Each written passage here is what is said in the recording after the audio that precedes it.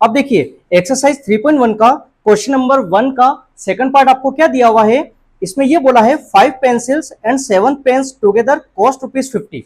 ठीक है, 5 पेंसिल और 7 पेन की कॉस्ट आपको कितनी बता रखी है, ₹50। आगे बोला है whereas 7 pencils and 5 pens together cost ₹46।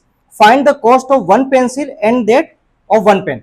उसने क्या बोला है, एक पेन की कॉस्ट और एक पेंसिल की कॉस्ट क्या होगी। अब एक बात बताना, उसने बोला है 5 पेंसिल, क्या बोला है 5 पेंसिल, कॉस्ट हमें नहीं पता, तो नहीं पता तो अपन ऐसा करते हैं, लेट कर लेते हैं। क्या करेंगे, लेट आप कर लो कॉस्ट ऑफ पेंसिल्स। आई बात समझ में, पेंसिल की कॉस्ट क्या है हमें नहीं पता, हमने बोल दिया ₹X। आई बात समझ में, ₹X। फिर हमें पेन की कॉस्ट भी नहीं पता तो अपन बोल देते हैं कॉस्ट ऑफ पेन। ठीक है, अब यहां पे कितने, इसको अपन बोल देते हैं पेन्स ₹Y। आगे बात समझ में, पेंसिल की कॉस्ट है ₹X और पेन की कॉस्ट हमने बोल दिया ₹Y। अब ध्यान से समझना, उसने बोला है 5 पेंसिल। फॉर एग्जाम्पल 5 पेंसिल में अगर परचेस करता हूं और एक पेंसिल की कॉस्ट में आपको एग्जाम्पल के तौर पे बोलता हूं ₹10 है, एक पेंसिल की कॉस्ट कितनी है ₹10, तो 5 पेंसिल की कॉस्ट कितनी होगी 50। आपने क्या किया, मल्टीप्लाई, 5 इंटू 10 क्या कर दिया, मल्टीप्लाई किया। तो उसी टाइप से अपन जो क्वेश्चन में दिया हुआ है उसके अकॉर्डिंग करते हैं, अकॉर्डिंग टू क्वेश्चन।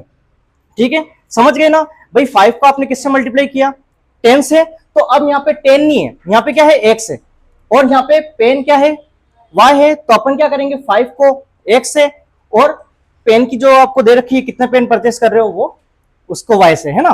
तो इसमें बोला है 5 पेंसिल, तो कहने का मतलब 5 और पेंसिल को अपन ने क्या बोला X, तो क्या आ गया 5X। क्लियर आपके, क्योंकि इन दोनों के बीच में कुछ नहीं है तो क्या है मल्टीप्लाई, और मल्टीप्लाई क्यों किया समझा चुका हूं, है ना। फिर दोनों की कॉस्ट मिला के कितने हो रहे हैं ₹50। तो जब दोनों को मिला के हो रहा है ना, तो दोनों को अपन क्या करेंगे प्लस करेंगे, तभी तो दोनों की कॉस्ट निकलेगी। फिर बोला है उसने 7 पेन, 7 और पेन की कॉस्ट कितनी है Y, तो 7Y इज इक्वल टू 50। आई बात समझ में, ये हमारी क्या बन गई, एक इक्वेशन बन गई। ठीक है, इसको अपन मेंशन कर देते हैं यहां पे, ये हमारी हो गई कौन सी, फर्स्ट इक्वेशन। आगे समझो, सेकंड में क्या बोला है, वेयर एज 7 पेंसिल, कितनी पेंसिल 7 और X, क्योंकि पेंसिल की कॉस्ट क्या है X प्लस, फिर क्या बोला है 5 पेन, तो 5 और Y। ठीक है, इजिकल टू दोनों की कॉस्ट बताओ 46। आई बात समझ में, तो ये हमारा क्या हो गया 46 आ गया, और ये हमारे इक्वेशन नंबर सेकंड हो गई। आई बात समझ में, और आपको पता होगा जब इक्वेशन 1 और 2 हमारे पास आ जाती है तो हम एक एक करके सोल्व करते हैं। सबसे पहले अपन सोल्व करेंगे इक्वेशन नंबर 1। तो इक्वेशन 1 में क्या दिया हुआ है 5x plus 7y is equal to 50। अब ध्यान से समझना, ये दिया हुआ है, आपको दिख रहा होगा कि किसी भी एक वेरिएबल को हम क्या करते हैं सेपरेट, अलग करते हैं। तो यहाँ पे x भी वेरिएबल है और y भी वेरिएबल है। आप चाहें तो x वाले को रखें साइड में या फिर y वाले को रखना। मैंने रखा x वाले को, 5x 7y प्लस का उधर ट्रांसफर करोगे तो 50 माइनस 7y। क्लियर आपके। अब आगे सुनो, अभी x सेपरेट नहीं हुआ है, x के साथ में क्या है 5, मतलब 5 मल्टीप्लाई में, किसमें है मल्टीप्लाई में, तो वहां जाएगा तो डिवाइड हो जाएगा 50 माइनस 7y अपॉन 5। आगे बस हमने क्या किया मैंने, है ना। अब ये वेरिएबल सेपरेट हो चुका है, अब यहाँ पे हमारा काम क्या हो गया कंप्लीट हो गया। अब यहाँ पे क्या आया y, तो हमें क्या करना है एक एक करके वैल्यू रखनी है। वैल्यू कैसे रखेंगे, x इजिकल टू 50 माइनस 7। अब मन में एक बार सोचना फिर आगे काम करना। अगर मैं यहाँ पे वैल्यू क्या रखूं 0, क्या रखूं 0, तो 0 को 7 से करेंगे कितना आएगा 0, तो 50 में से 0 लेस करो 50, और 50 में 5 का डिवाइड होता है तो मतलब 0 हमारा बिल्कुल परफेक्ट है।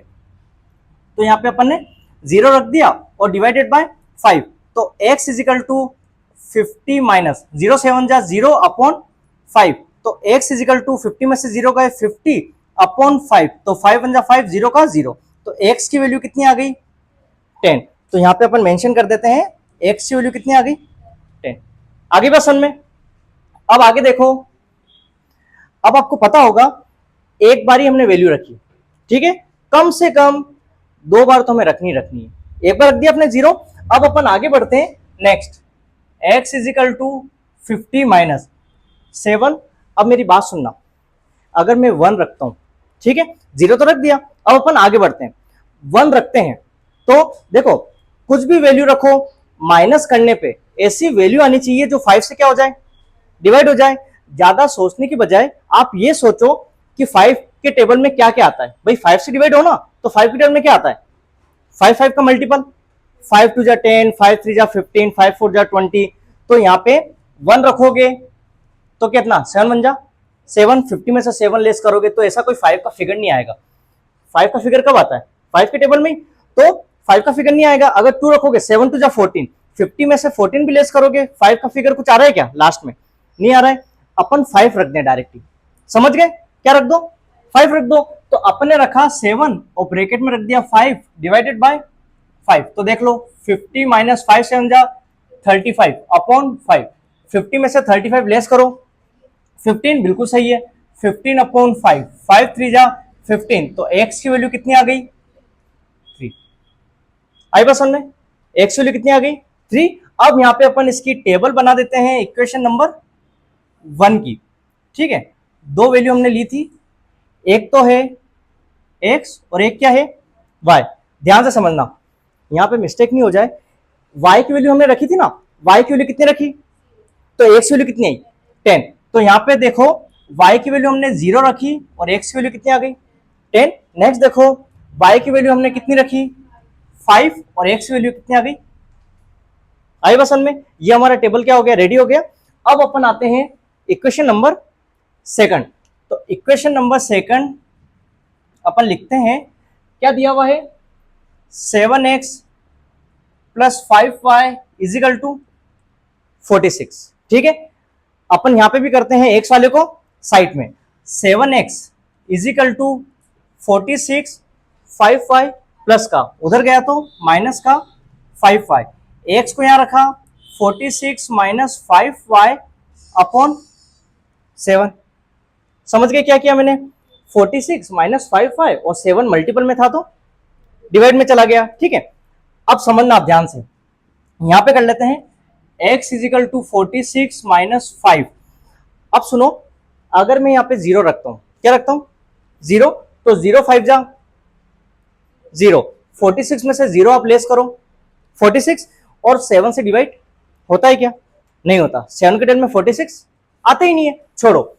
अब अपन 1 देखें, 5 1 जा 5, 46 में से 5 लेस करो 41, आता है क्या, नहीं आता है, छोड़ो। 2 5 2 जा 46 में से 10 गए 36, क्या आता है, नहीं आता है। आगे बढ़ो, 3 रखो, 5 3 जा 15, 46 में से 15 लेस करो आप, पहले 10 लेस कर दो, कितना होता है 36। अब कितना लेस करने, 5 और लेस करने 31, क्या आता है क्या, नहीं आता है, ठीक है। 4 5 जा 20, 46 में से 20 लेस करो आप, 26 आता है क्या, नहीं आता है ना। अब 5 ट्राई करके देखो, 5 5 जा 25, 46 में से 25 लेस की अपन ने, 46 में से 25, तो पहले अगर 5 लेस कर दो कितना होता है 41, 41 में से 20 लेस करो 21 आ रहा है ना, तो मतलब 7 के टेबल में आता है। तो हमारा कॉन्सेप्ट क्या बैठा कि हाँ 5 रखने पे आ रहा है, तो अपन यहाँ पे देख लो रख देते हैं 5 अपॉन 7, क्लियर है। अब देखो 46 माइनस 5 5 जा 25 अपॉन 7, 46 में से 25 अभी अपन ने लेस किए थे, कितना आ रहा था 21 अपॉन 7, 7 3 जा 21, तो x इज इक्वल टू कितना हो गया, x इज इक्वल टू हो गया 3, क्लियर है आपके। अब आगे देखो x is equal to 46 minus 5। अब ध्यान से समझना, 0 से लेके 5 तक हमने ट्राई कर लिया, अब अपन ट्राई करेंगे इसके आगे ट्राई करेंगे, क्योंकि 5 तक तो ट्राई अपन कर चुके हैं। अब एक चीज ध्यान रखना, अब कितना अपन ट्राई करें, 5 तक देख लिया। अब एक बार अपन माइनस में कन्वर्ट करके देखते हैं। किस में कन्वर्ट करके देखें? माइनस में। अगर मैं यहाँ पे 0 तो अपन ने देख लिया था, -1 रखते हैं, 5 बन जा 5 और माइनस माइनस क्या हो जाता? प्लस। तो 46 प्लस 5 51 आते ही नहीं आता है, छोड़ो। यहाँ पे अगर मैंने रखा -2 तो 5 टू जा 10 और माइनस माइनस प्लस का 10, तो 46 प्लस 10 कितना होता है? कितना होता है? 56। 7 के 10 में 56 आता है कितनी बार? 8 टाइम। बिल्कुल सही है, ठीक है। तो मतलब हमारा कॉन्सेप्ट क्या बना कि यहाँ पे -2 अपन रख सकते हैं और डिवाइडेड बाय क्या हो गया? 7। 46 माइनस माइनस प्लस 5 टू जा 10 अपॉन 7। 46 plus 10 56 upon 7। 7 के टेबल में 56, 7 8 जा 56 और x इजिकल टू कितना आ गया? 8। तो x की वैल्यू आ गई हमारी 8। क्लियर है? ये एक वैल्यू और ये सेकंड वैल्यू रख दी। अब अपन क्या बनाएंगे? टेबल। तो इसकी टेबल अपन यहां बनाते हैं इक्वेशन सेकंड की। एक तो हो गया x और एक क्या हो गया? y। यहां पे जब वैल्यू रखो ना तो ध्यान से रखना, अपन ने किसकी वैल्यू रखी थी? y की। y की वैल्यू रखी अपन ने 5, तो x वैल्यू कितनी आई? 3। यहाँ पे y की वैल्यू अपन ने रखी -2 और x वैल्यू कितनी आ गई? 8। आ गया समझ में? ठीक है, ये हमारी फर्स्ट टेबल और ये सेकंड टेबल दोनों क्या हो गई? रेडी हो गई। अब जब ग्राफ बनाएंगे इन दोनों टेबल के बिहाफ पे अपन बनाएंगे। अगर यहाँ मिस्टेक हो गई तो ग्राफ में मिस्टेक हो जाएगी। क्लियर आपके? चलिए अब अपन ग्राफ स्टार्ट करते हैं। आपको पता होगा एक वर्टिकल लाइन होती है जिसमें इसको अपन बोलेंगे y एक्सिस, और क्योंकि y की पॉजिटिव वैल्यू लिखेंगे, और यहाँ पे अपन नीचे इसको बोलेंगे y डैश एक्सिस बिकॉज इसमें नेगेटिव वैल्यू आएगी y की। ओके, और एक होती है हॉरिजॉन्टल लाइन, आपको पता होगा ये होता है x के लिए क्योंकि x की पॉजिटिव वैल्यू, और ये होता है x डैश के लिए क्योंकि x डैश मतलब x की नेगेटिव वैल्यू आएगी। ओके, और ये हमारा होता है ओरिजिन बिकॉज इसमें x की और y की वैल्यू क्या होती है? 0 0 होती है। ठीक है, अब अपन बात करते हैं नंबर की। तो इक्वेशन 1 पे जब अपन चलते हैं तो आपको यहाँ पे दिखाई दे रहा होगा x में 10 मतलब हाईएस्ट वैल्यू आपको x की 10 है ना, और इक्वेशन 2 में देख लो 8 है मतलब हाईएस्ट आपको 10 दिखाई दे रही है। तो अब हमें क्या करना होगा कि यहाँ पे x की वैल्यू जो है वो 10 तक हमें चलना है, बट हमें यहाँ देखने पे पता चल रहा है कि यहाँ पे इतनी मतलब इतने ब्लॉक नहीं है कि अपन 10 तक वैल्यू लिख पाए। ठीक है, अब क्वेश्चन रेज होता है कि सर अपन क्या करें? तो ध्यान रखना, जब अपन 1 2 3 4 मतलब 10 तक अपन नहीं पहुंच पा रहे हैं तो अपन ऐसा भी तो कर सकते हैं कि नंबर जो है वो जंप करके लिखें। जंप करके इन द सेंस कि जैसे अपन 2 4 6 8 ऐसा ले लेते हैं, है ना। ठीक है, 2 4 6 8 ले लेंगे। फिर अपन ऐसा करते हैं कि ब्लॉक भी अगर यूँ लग रहा है कि यार सर ब्लॉक की अपन को कमी लग रही है तो ब्लॉक भी अपन स्किप नहीं करें, कंटिन्यू में लिख लें, और आपको लगे कि सर 2 4 6 8 लिख रहे हैं और ब्लॉक आपके ज़्यादा हो रहे हैं तो अपन स्किप करके भी चल सकते हैं। तो देखिए कैसे, अगर मैं यहाँ लिखता हूँ 2 4 6 8 10 यहाँ तक ही हो जाएगा, और ब्लॉक आपको लगे कि यार सर एक एक ब्लॉक छोड़ा जा सकता है तो छोड़ के भी कर सकते हैं क्योंकि ग्राफ बड़ा बन जाएगा। चेक करते हैं, एक ब्लॉक अपन ये छोड़ते हैं तो यहाँ पे लिखेंगे 2 4 6 8। मेरे हिसाब से प्रॉपर आ नहीं पा रहा है क्योंकि यहाँ पे क्या है, यहाँ पे अपन एक ब्लॉक यहाँ स्किप करते हैं तो यहाँ पे आ जाएगा 2, फिर ये छोड़ के 4, फिर 6 और फिर 8, नहीं 10 तक नहीं आएगा, कोई दिक्कत नहीं, कंटिन्यू में चलते हैं अपन, है ना। ये अपना हो गया 2 4 6 8 10 12, ठीक है 14, ऐसे करके अपन लिख सकते हैं।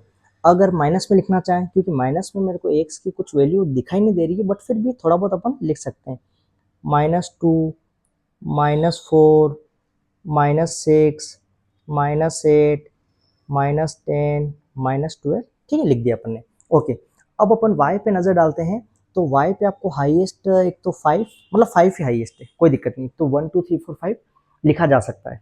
ओके, और अब अपन चाहते हैं कि सर थोड़ा सा बड़ा बना लें क्योंकि y पे बहुत ज़्यादा स्पेस आपको दिख रहा है।